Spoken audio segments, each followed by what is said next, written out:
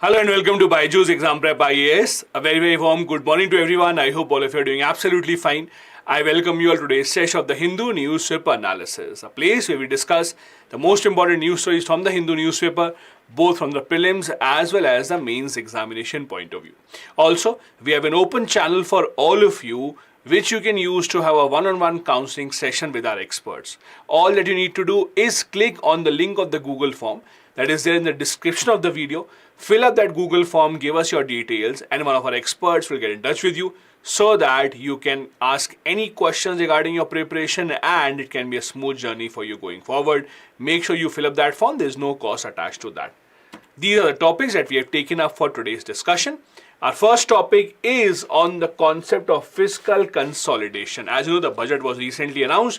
Since then, there has been a lot of debate about why it was such a short budget. Why did the government not make a lot of announcements? It was an interim budget. One of the things that got highlighted in the budget was the government's focus on fiscal deficit. We'll be discussing in this article what is the level of fiscal deficit right now, where does the government want to go, what is the current status, and is the government on the right path or not. The second article is about why nations are revising their rules for foreign students. So what has happened is, recently, Canada announced that the amount of money you should prove that you have in order to come and study in Canada, they have increased it considerably. So when you go from here to foreign countries to study like Canada, Germany, etc., they want to have an assurance that you have some minimum amount of money in your bank account so that you would be able to sustain yourself. That minimum amount of money has been increased considerably in case of Canada, Germany, other countries, which will result in lesser number of Indian students going abroad. We'll be discussing what that issue is. From the prelims exam point of view, Lal Krishna Advani, the famous BJP leader, will be given the Bharat Ratna as announced by the Prime Minister yesterday.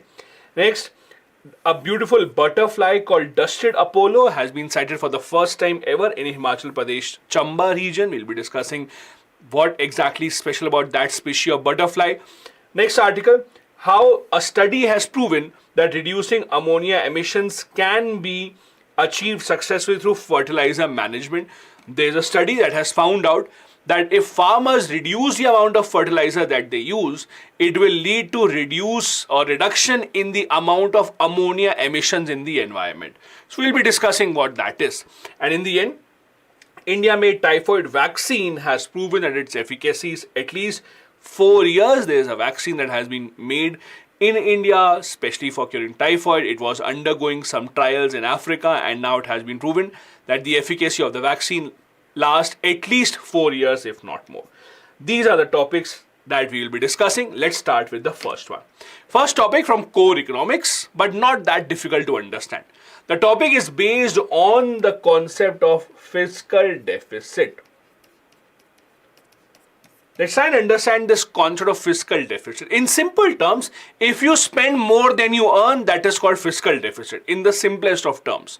Let's assume you are working and your salary is rupees 100.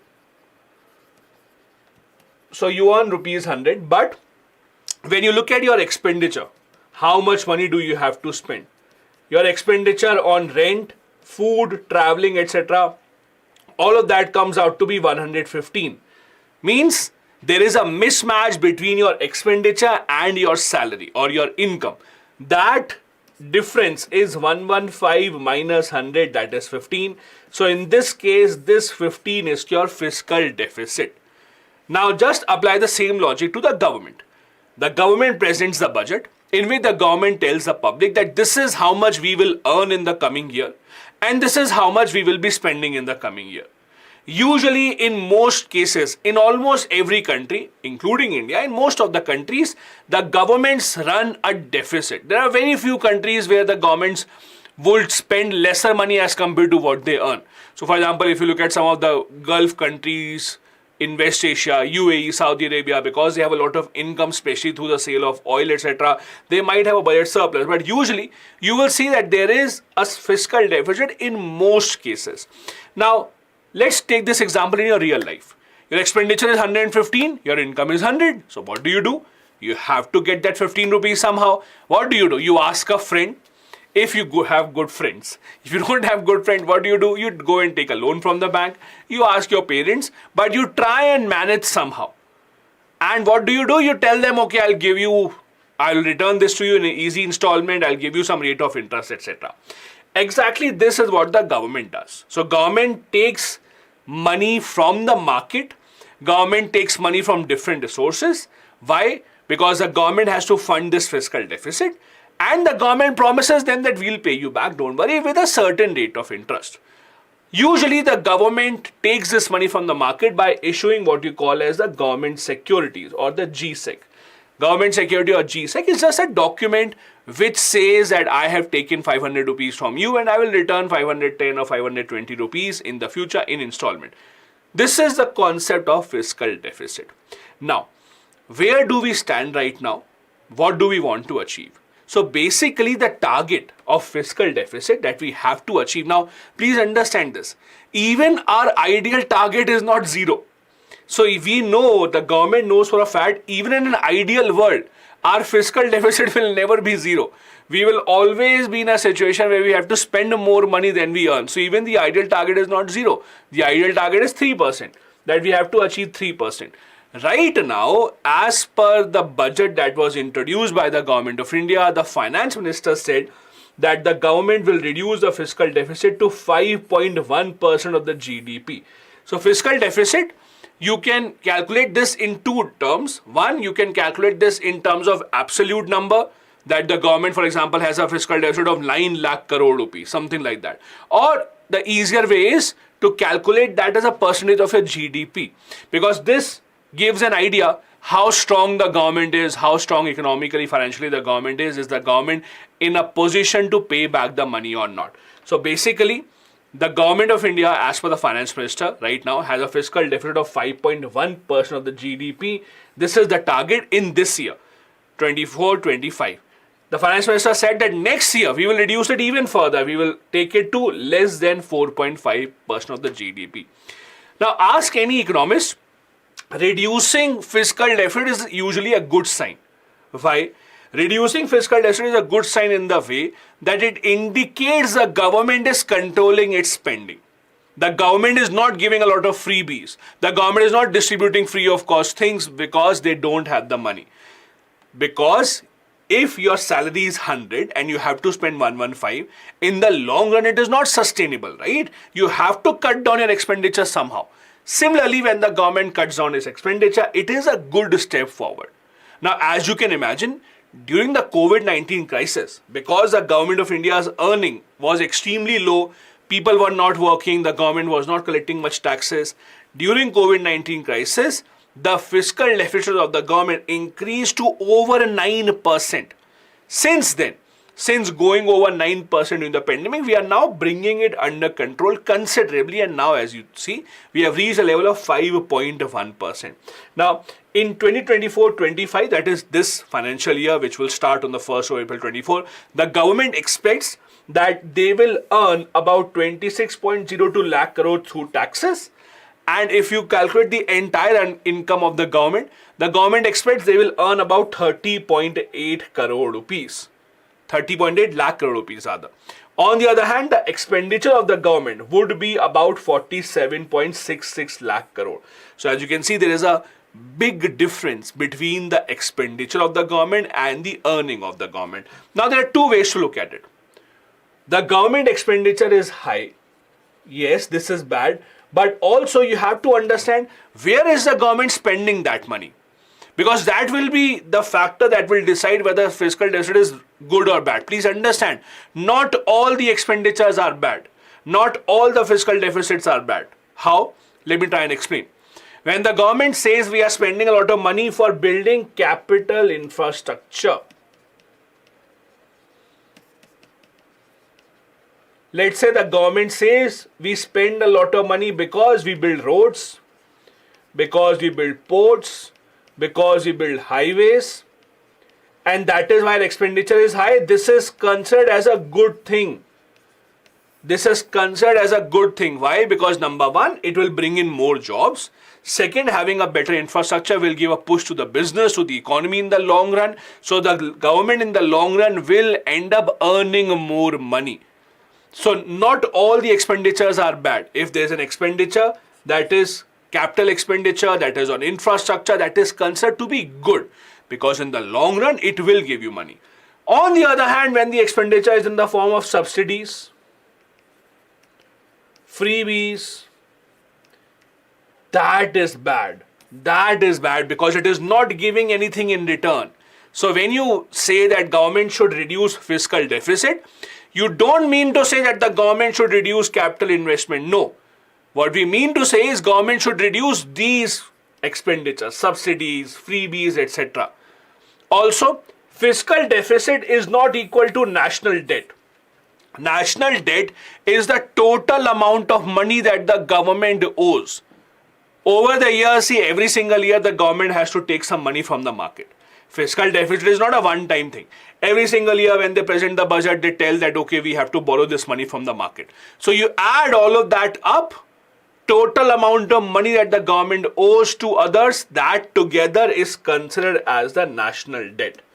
So national debt is the total amount of money that the government owes to its lenders, that the government has to pay back. Now the question is, from where does the government get this money?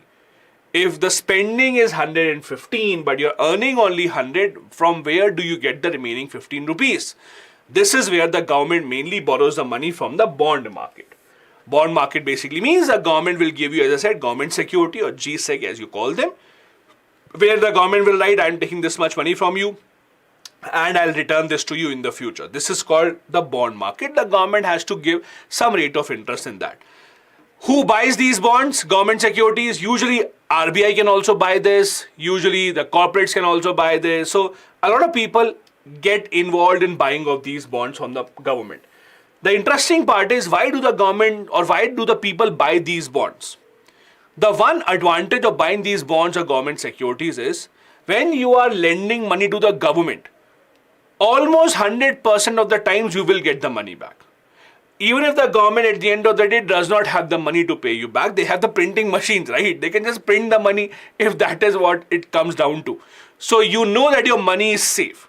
That is why many people, businesses, RBI, when they're looking for safe investment, when they're looking for a safe way to earn some rate of interest, they will go and buy government securities.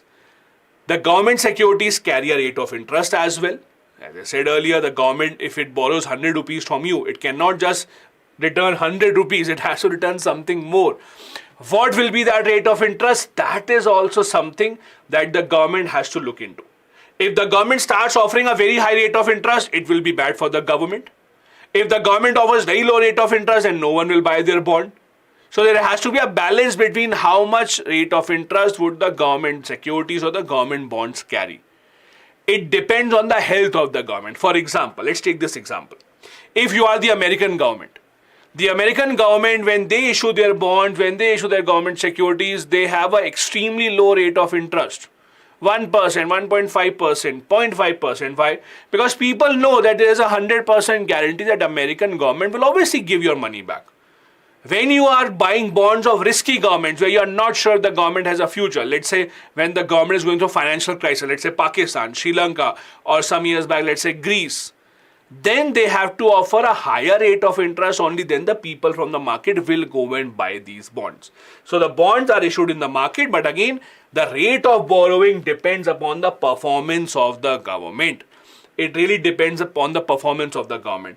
There are, as I said, a lot of banks or a lot of countries where the interest rate that they offer is very low. It is mainly because those countries are so stable that they are sure that they can sell government bond to anyone and people will still line up to buy. This is a balance that we have to see in case of India as well.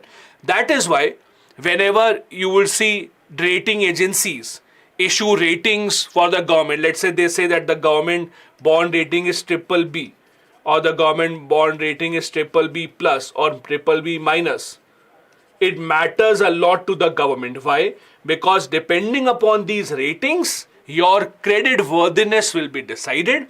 Depending upon that, it will be decided how much rate of interest would you have to offer in the market for anyone to buy your bond. Now, does the fiscal deficit matter? Obviously, it does. In the long run, it proves and shows how stable your government is physically, how stable your government is economically. There is an extremely strong relationship between the government's fiscal deficit and inflation in the country as well. How are these two decided? Let's try and understand. When the government has a lot of fiscal deficit, let's assume a situation where you have a salary of rupees 100, but your expenditure is 250. So your expenditure is much higher than salary. Then what do? You know that if you go to the market, take money, you have to return with a rate of interest. You are the government. At the end of the day, you have a printing press, right? So you put that to use, you start printing a lot of money. Because at the end of the day, you can do that. So if the government starts printing a lot of money in order to bridge its fiscal deficit, that becomes a problem. How? The money supply in the market increases, because of which you will see people having much more money in their hands, people willing to spend more, the demand will increase, but the supply will not increase. That is why you will have inflation. There have been innumerable examples in the past around the world where the countries resorted to printing money, because of which their value of the currency just diminished. Look at countries such as Zimbabwe, where they have a currency note of millions and millions. So one currency note is 1 billion. That is why you don't, or people don't believe that printing of currency is a very good idea. After World War I, when Germany had to repay a lot of money to the Western countries that won the war, America, etc., they had to take a loan from America. When America refused giving the loan due to Great Depression, Germany started printing its own currency. That led to such a high inflation that in Germany, people were burning their currency just to warm their hands, because buying of wood became so expensive that it was better for them just to make sure that they burn their currency. So you don't want that situation to come up. Now, if you look at, as I said earlier, how our fiscal deficit has gone up and down, the pattern that you will see is, in the past few years, government has been trying to curtail it. The government has been trying to keep a cap on the fiscal deficit, although we are nowhere near the target right now. The target ideally should be 3%, but at least since the pandemic, we are coming down. And a good fiscal deficit control basically gives an indication that the government knows what are the priorities, where should the money be spent and where should the money not be spent. The IMF in fact warned that India's public debt total could rise to over 100% of the GDP. Now, I told you earlier, debt and fiscal deficit are different. Debt is the total amount of money that the government owes over the years. Fiscal deficit is for that particular year. Now, going forward, as per the economists, it is a good sign that the government is trying to curtail its fiscal deficit. The government expects this year's fiscal deficit, that is the next financial year, to be 5.1. Despite that, the government is saying that they will not stop spending on capital expenditure. The government says that we will still be spending on infrastructure building. The government says that we'll still be spending on important infrastructure. So don't expect any compromise on that. So how is the government trying to reduce it? The government says that we have cut down our expenditure on the fertilizer subsidy. As you know, fertilizer subsidy is one of the biggest expenses of the government. The farmers that buy urea, they don't buy it at MRP. They are given urea at a much lower cost because the government gives that subsidy. So government is reducing that. The government is also reducing food subsidy. The government is reducing other subsidies as well in the long run. That is why you would see the government keeps on saying that we should not go back to, for example, the old pension scheme where the government would have a much bigger expenditure, etc.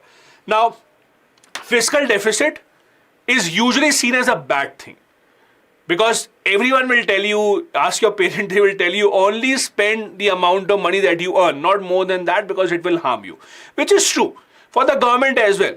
Ideally, you should not be spending more money than you earn. For example, if you're earning 20,000 rupees, there is no point of buying an iPhone 15 because you would not be able to afford that.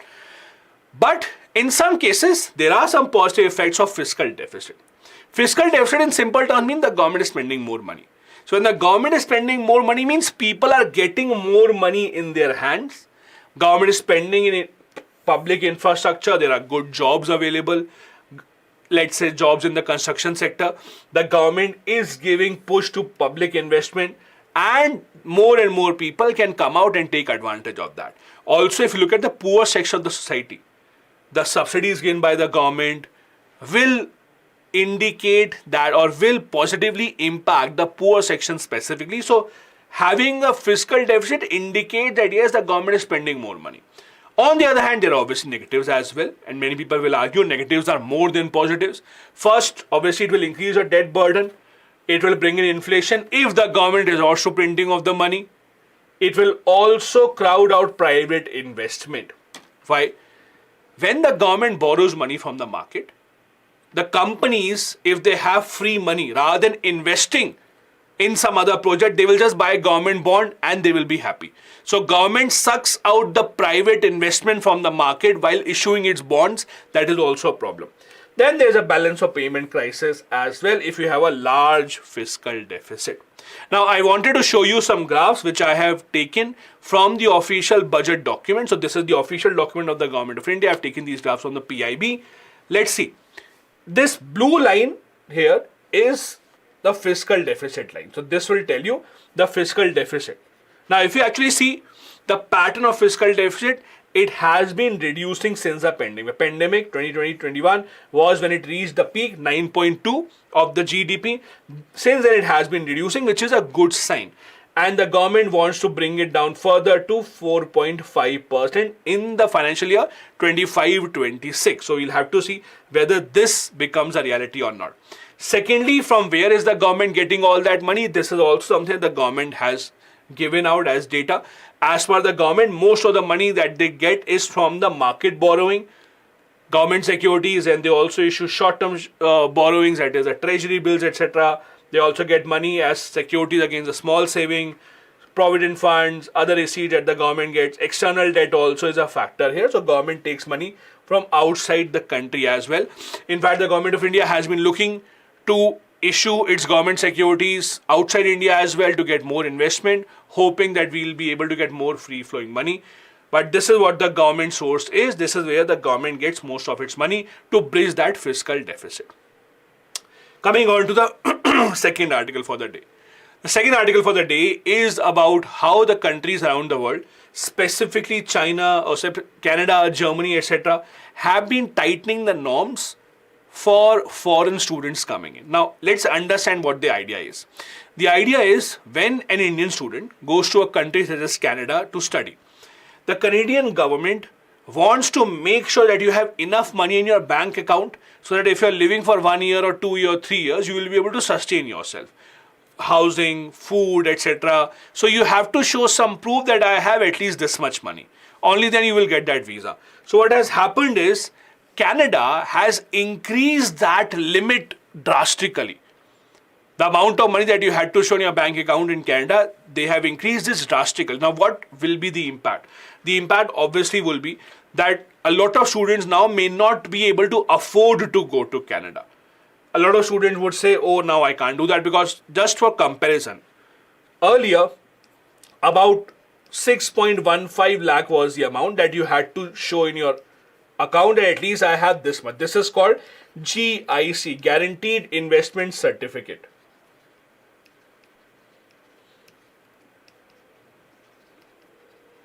Guaranteed Investment Certificate. You also had to prove that, okay, you will spend at least this much money. Because see, when someone is inviting you from outside, they also want to spend the money into their economy. Now this has increased to about 12.7 lakh. Means a lot of Indian students may not be able to afford to go to Canada. And the same has happened with other countries as well. If you look at Germany, if you look at countries in Australia, if you look at, let's say, Australia, other countries in Western Europe, many of them have increased their demand that they want the students to come with at least this much money. They will be spending at least this much money here, and they have at least this much money in their bank account. For German visa, for Australian visa, they have also increased this demand at least 10% annually. So they want you to spend and invest at least this much money while you're coming here and staying here. Now, why is it that Canada has increased it? Canada does not say that we are doing it because of what is happening in India-Canada relations. They have not said it openly. But as per the experts, the problem in India and Canada relations is one of the reasons why Canada has taken this step. If you look at Canada and the amount of investment it requires as compared to other Western countries, Canada's investment on 6.15 lakh was much lower as compared to other countries. Look at countries, let's say US, UK, France, Italy, they require a higher amount of investment for students coming in as compared to Canada. The reason is Canada kept it low intentionally. The reason is that Canada wanted to attract foreign students a lot more. For example, they wanted students to come in from India, China, etc. So Canada intentionally kept it low. Now what they are doing is they are bringing it at par with the other countries. It may be because of what's happened between India and Canada relation. It may be because they just want that they should get more money out of the foreign students coming in. But either way, whatever their reasoning may be, the fact is it will have an impact on the number of Indians and the number of other students who are going to other countries. In Germany, for example, the amount required is close to 10 lakh rupees. They have increased it by 10% once again. So again, they have also brought it at par with what the Canadian level is now. Now, this is not a new thing. Please don't think it's out of the blue. As per the experts, almost every 1 or 2 years, this amount is revised. Due to inflation, due to increases prices, all the countries revise this number by 10%, 15%, 20% depending upon them. Canada, if you look at that, Canada says that the total number of study permits to be issued in total will be about 3.6 lakh now. Earlier it was close to 4 lakhs, so they have even reduced the number of student visas that they will be giving out. If you look at India, India alone sends 1.4 lakh students to Canada. Now, one of the reasons why a lot of students from India used to go to Canada was because of that lower income gap. Now also, and you can do your own research, but if you actually look at the list of, let's say, top universities in the world, in any field, you will not find a lot of Canadian universities. Yes, you will find a lot of universities from US, from France, from UK, etc., Germany also, but you will not find a lot of Canadian universities as such being the best in the world. So if that is not the case, then why do a lot of Indian students prefer to go and study to Canada? One of the reasons, as we see, is the lower cost that is involved. Also, the kind of rules that they had. For example, what happens in case of Indian students is a lot of Indian students go and take admissions in Canada in just mediocre college, just let's say for a diploma course. That student, let's assume, is married. So they will get the visa for wife or husband as well. Let's say the guy is going to study, the wife will also get a visa to go. On that visa, the wife is allowed to work. The wife would have gotten the work permit as well. So the wife works, the husband gets the diploma and then hopes to get a job after that. Or in the other case, let's say the wife does the studying part, the husband goes along with it, and the husband also gets a working visa. These are certain provisions that other countries did not allow.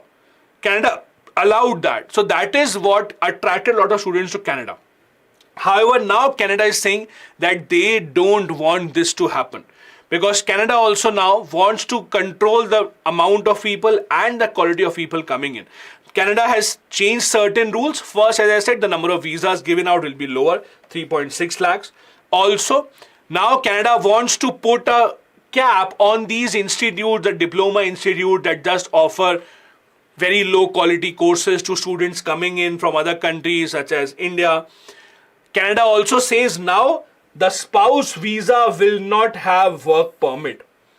Earlier, as I said to you, as I explained the model earlier, the spouse visa, the visa given to husband or the wife, allowed them to work, which allowed them to be at least one of the working members. Now that will not be the case. They say, Canada has said that now the spouse will not get a work permit. However, all these restrictions that Canada has introduced is mainly for the bachelor's program. Means if you go to Canada just to get your graduation, your bachelor program, this is when these restrictions are applicable. If you are going for master's program, if you're already a graduate going for master program, then the situation is still easier. Then you can still have an easier way to go to Canada. For example, if you're going for master's program, you can apply for a 3-year work permit. Once your course is complete, you can actually ensure that you would be able to work in Canada, because see, the logic is, someone who goes to US or UK or Canada or France to study, they obviously are spending higher amount of money as compared to what they would have spent in India. So when you spend a higher amount of money, you want that return as well. You want the return on investment. So you would want that at least for some time, I should be allowed to work in that country, because you want to earn in dollar rather than spend in dollar and then earn in rupee. Ideally, the financial sense is you should spend in rupees in India and then earn in dollar. But the opposite is bad for you. That is why people who get educated in Western countries spending a lot of money would prefer working there, if not for a lifetime, at least for a few years, so that they can get their investment worth. This is why a lot of countries do offer that once your studies are over, you will get a work visa for some time at least. Now, Indians have always been sending a lot of their kids outside to study. India sends record number of students to the US and has even surpassed China. This is a recent report of November 2023. Number of Indian students that are going to study in US has increased by 35%. In total, the number of Indian students going abroad to study right now has increased to 268,923. That indicates a few things. See, yes, you will see a lot of high quality institutes outside India, but the reality is also something else. The reality is the competition that you would have to face to enter into a premier college in the US or UK is much lower as compared to the competition that you face in India when you're trying to enter into IIT or IIM or AIMS or any of the top institutes in other fields. Because of the function of population, because of India's population, the number of people who actually compete for the limited seats is much higher. So people will have a much tougher time entering these institutes in India, and that is why many of them just prefer going outside. Yes, they would have to spend some more money. Many people do apply for scholarships as well. But if you compare top institutes, some institutes in the US that have a higher global ranking, even there you can get in easier as compared to an institute in India that has a much lesser global ranking. That's why a lot of students go abroad. A lot of consultancies have also opened up helping the students to go abroad. Also, earlier it was only tier 1 cities, metro cities, Delhi, Mumbai, Bangalore, Hyderabad, from where students used to go outside. Now you will see students from tier 2, tier 3 cities also going to the US, going to European countries to study with the help of loan, etc., which are now easily available. Because of which the government, as you know, a few months back thought of an idea, that is, why not invite foreign universities to India? Why not invite foreign universities to set up their campus in India? It has been a very slight success. There are some Australian universities that have committed that we'll be opening up our campuses in India. Now, you have to look at it from the other point of view. Why does a student or why does a kid want to go to America or Australia or Europe to study? It is because of the tag name of the university, but it is also because of the environment that the student will get, the job opportunities that the student will get. So would a foreign university coming to India be able to provide the same? I personally don't think so. If given a chance, and let's say if you have the financial bandwidth, would you want to study in Harvard University, where the original is in US, or would you want to study Harvard University's India campus? You would obviously want to study to the Harvard University where the original campus is. That is where the problem lies. While the government is bringing foreign universities to India, the government in 1995 first thought of this idea, drafted foreign education bill, although it did not become a reality. It was recently in the National Education Policy, which allowed establishment of about top 100 universities in the world to set up their campuses in India. The UGC has even released guidelines for this. But again, would you expect the students to ditch their dreams to go to Europe and US and stay here to actually take up courses in these campuses? I personally don't think so, but again, people can have different ideas in their mind. This is the distribution of courses that people take up when they go outside from India specifically. As you can see, undergraduate is the highest. It is mostly the undergraduate students. That is after class 12 for your graduation. That is when most of our students prefer going outside to study. Again, because of better job opportunities, because of better exposure. Also, when you study in foreign universities, you get to interact with a lot more diverse group as compared to when you study in India. Now, let's come to other news stories from the prelims point of view. First, front page of the Hindu newspaper. in a space of a few days, the government has announced a second Bharat Ratna now. As you know, the first Bharat Ratna was, or the earlier Bharat Ratna was announced just a few days back. Now the government, the Prime Minister announced yesterday on Twitter or X that Lal Krishna Advani, the veteran leader of the BJP, will also be conferred upon the Bharat Ratna prize. Now, as you know, Bharat Ratna is the highest civilian honor that you can get in India. Lal Krishna Advani is anyways a Padma Vibhushan awardee. He was given the Padma Vibhushan in 2015.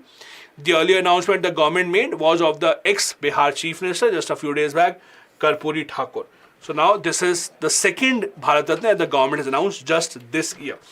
There are a few things that you need to know about the Bharat Ratna. It is the highest civilian award given by the government of India, started in 1954. Originally when it was introduced, the idea was it will be given to those students or those people who have an expertise in the field of arts, literature, science and public service.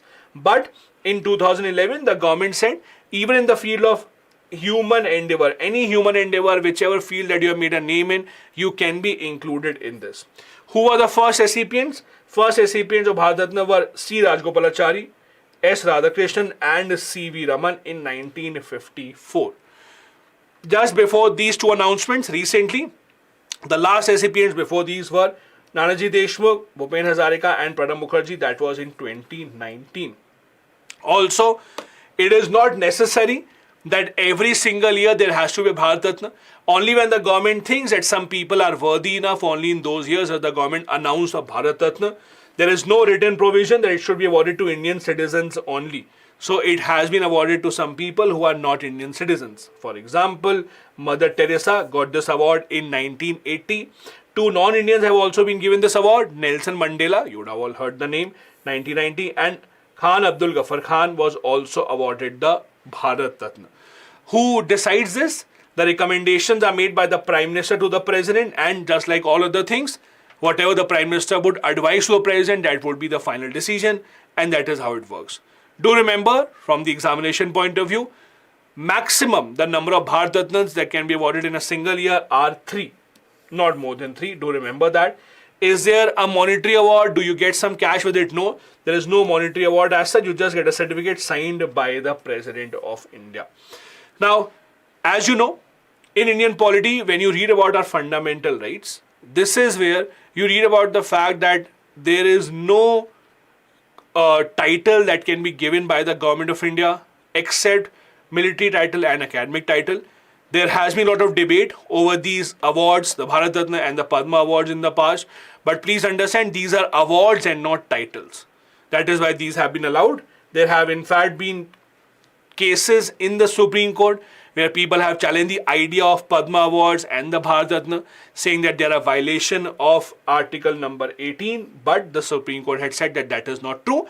These are to be considered as awards and not as titles, so they cannot be used as prefix or suffix to your name. For example, Sachin Tendulkar has been given the Bharat Ratna, but the official name does not change to Bharat Ratna Sachin Tendulkar.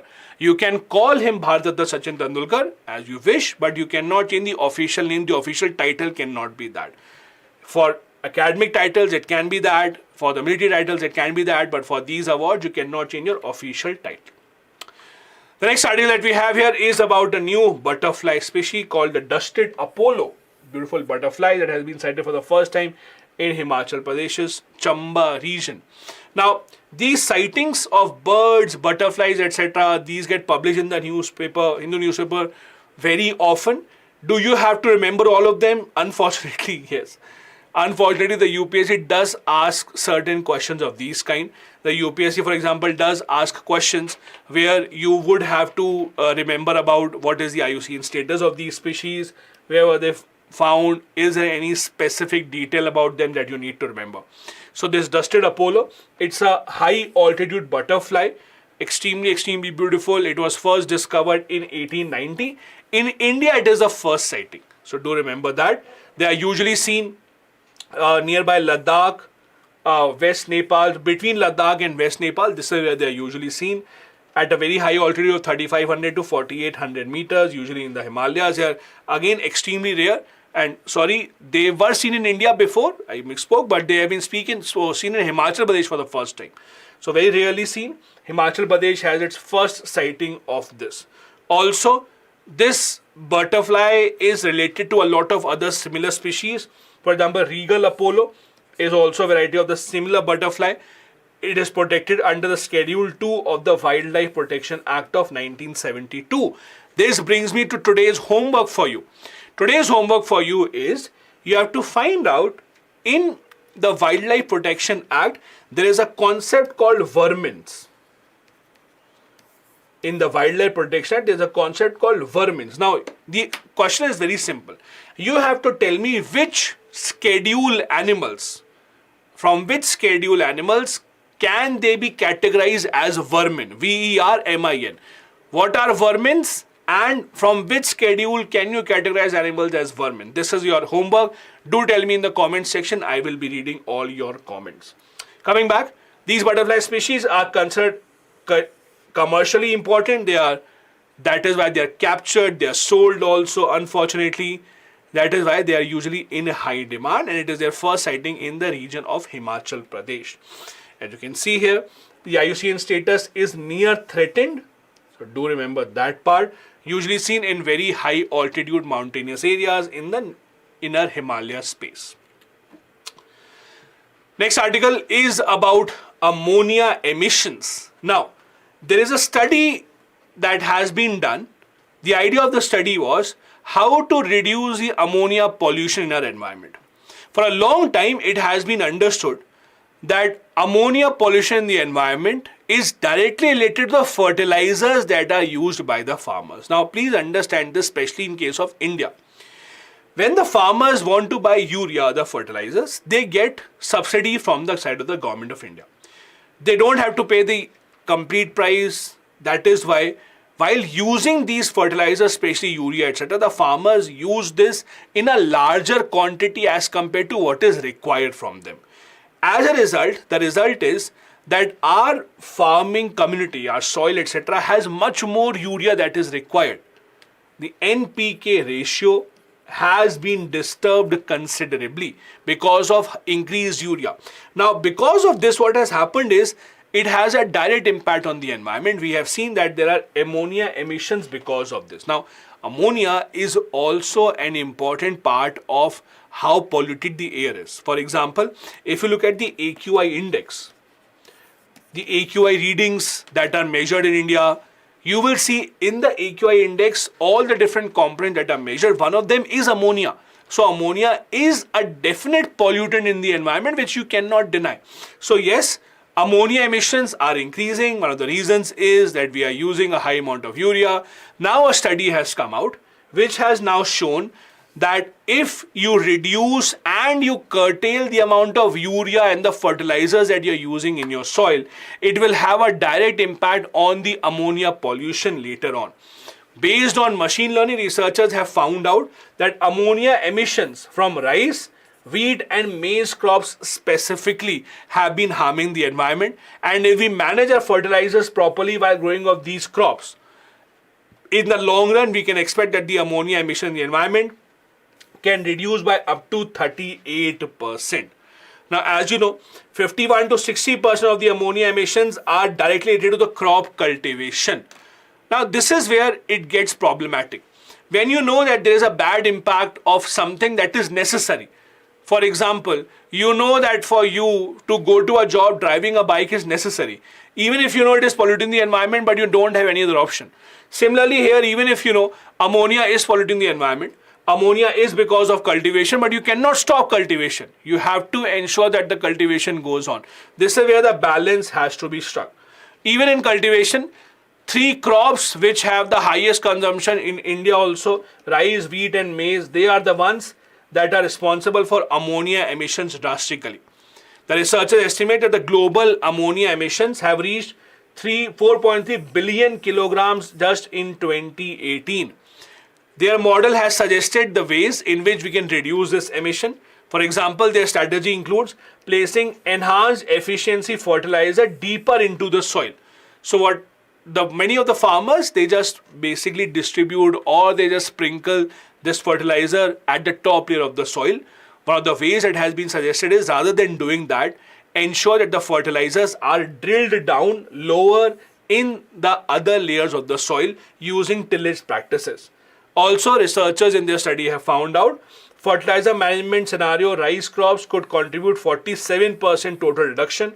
Wheat and maize could also contribute about a quarter of reduction. And if we control ammonia pollution, ammonia emissions in the long run, we could see 4.6 to 15.8% increase in the level of greenhouse gases if we do not have any of these strategies in place. So yes, we are living in a dangerous time. Every single day you read the Hindu newspaper, it just tells you one more way in which the world is going to a very bad place. This is another way. If you are sure that your CO2 emissions are not very high, you are happy, then this is the sad news for you. It's not just CO2, even the ammonia emissions will get you very soon. So make sure that not just CO2 but ammonia emissions are also curtailed. This is one of the ways that it can be done. And as this says, if these strategies are not adopted, by 2100 we might see an increase of close to 15.8% in the ammonia levels, which is extremely dangerous in the coming years. This is another infographic that shows you sources of ammonia and how can we actually control this. It says children exposed to ammonia are 1.7 times more likely to develop asthma. Across the globe, 3.3 million premature deaths are related to PM 2.5 exposure. All this is official, authentic data which you can use in your exam. Ammonia is emitted from other activities as well, but 81%, remember 81% of the total global emissions of ammonia come just from agriculture. Then there are some other factors related to environment or related to some other chemical activities where the ammonia is developed, but mainly it comes from agriculture. The last article for the day is a good news, another scientific breakthrough coming from India. As you know, India is considered as the factory of vaccines around the world. No other country produces more vaccines as compared to India year on year. Now, the vaccine that is in the news is the typhoid vaccine. So now please understand, typhoid already had a vaccine first. Please don't think it is the first ever typhoid vaccine, but the more the merrier, the more vaccines that you have, the more approachable it will be for the countries around the world. So what has happened is, there is this vaccine that is made by Hyderabad-based Bharat Biotech. Bharat Biotech, if you remember, is the same company that made the Covaxin. So Bharat Biotech made this vaccine whose trials had been going on for some time in Africa, in those countries where typhoid cases are seen in large numbers. This study has concluded that this vaccine has an efficacy for at least 4 years, which means if you get the vaccine dose right now, at least for 4 years you can expect that you will be protected. After that you can get the booster shot. See, no vaccine can claim that till the end of your lifetime you will have complete immunity. Even after you get the vaccine, there will be some chances of you catching the infection, but it will be milder. That is why most of the vaccines do have these booster doses. The COVID-19 vaccine also had a booster dose. Similar will be the case with this vaccine as well. Study was conducted in all age groups under the age of 12. This was a phase 3 trial in Malawi especially. This is a country where typhoid fever is extremely widespread, extremely prominent. It shows that the efficacy of this vaccine, the name of the vaccine is Typbar, lasts for at least 4 years, if not more. Again, this is not an overnight trial. It has been going on for some years now. In 2019, there were 92.4 lakh typhoid cases around the world.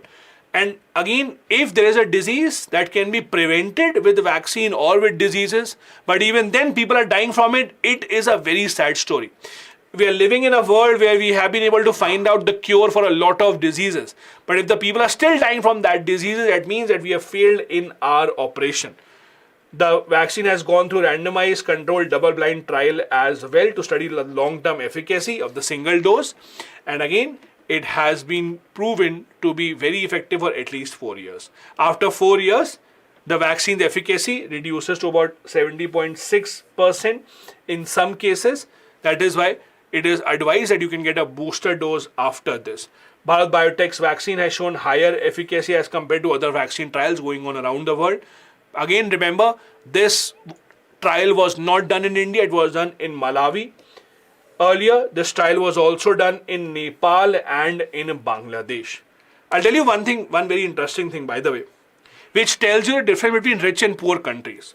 Very, very rarely you would see these trials being conducted in developed, rich and developed countries. What happens is, when a country wants to conduct a trial on medicines, obviously there are certain risks attached to that to people. So these companies have to find those people who are ready to undergo these trials. They have to sign certain declaration. In richer countries, you will not see that happening. Companies have to pay money as well to the people, have to get the declaration signed. And again, this tells you the difference between the cost of life in a rich country as compared to a poor country. A rich country's common people life is worth much more than poor country, unfortunately. Anyway, a bit of information about typhoid. It's, as you know, a life-threatening infection that is caused by a bacteria called Salmonella enterica severe typhi, commonly known as typhoid. A lot of people in your childhood mainly would have had typhoid. I also personally have had typhoid when I was a kid. Without the treatment, a person 1 in 20 who recovers becomes a carrier of that disease, and the problem is it does not have any symptom of the illness. That is why the bacteria can actually pass on. When you excrete urine or feces, the bacteria can pass on and can infect the others. That is why it is usually seen in those countries which are not that great in hygiene. So it is usually seen in countries of South America, Asia, India, Pakistan. You will not see a lot of these diseases taking place or spreading in richer part of the world where the hygiene levels are better. There's a vaccine that does exist. There are oral vaccines as well that are given. Currently, the typhoid vaccine that exists are about 50 to 80% effective. No vaccine can claim to have a 100% effect anyway. This brings us to the end of today's session of the Hindu Newspaper Analysis. There are a couple of practice questions that you have here. Try and see if you can write answers to these. Also, one more thing. So we are trying to help you out even further because a lot of you in the past have been asking to give at least some pointers about these practice questions that we give you, right? So what we are trying to do is, in the coming few days, you will see a big change. We will be discussing these questions as well. Not just giving you these questions. Most probably what we'll be doing is, for example, if I give you a couple of questions here, we will discuss this the next day, so that you can have a fair bit of idea of what to write, what not to write. Stay tuned for that. We'll let you know when that starts, but it will start soon so that we can aid you even further in your answer writing practice. Thank you so much for watching in. Have a good day ahead. Bye-bye. Jai Hind.